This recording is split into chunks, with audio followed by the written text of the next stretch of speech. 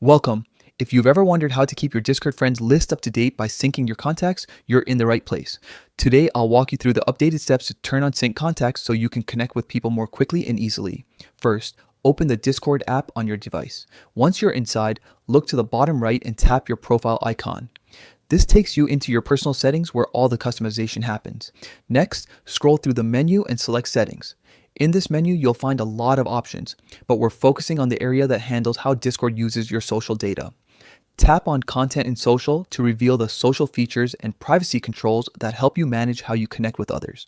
Now, scroll down until you find Find Your Friends. This is where Discord gives you the option to bring in people from your real-world contacts. Tap on Sync Contacts to begin the process of linking your phone's contact list with Discord. A confirmation will appear asking you to enable Sync Contacts. Confirm your choice. This step is what allows Discord to suggest friends who are also using the app, based on your saved contacts.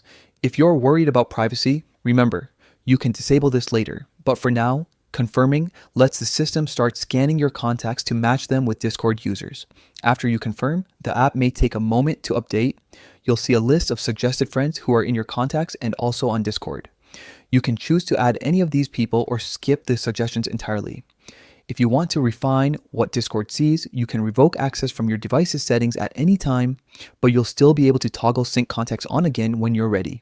That's the whole process in just a few clicks. With sync contacts enabled, you'll notice faster discovery of friends who are already using Discord, making it easier to start conversations or join servers together. If you'd like to customize further, you can revisit Content and Social to adjust how Discord interacts with your contact list or turn off sync contacts whenever you choose. If you found this quick guide helpful, drop a comment with your experience or any tips you've picked up. And don't forget to like and subscribe for more updated how-tos.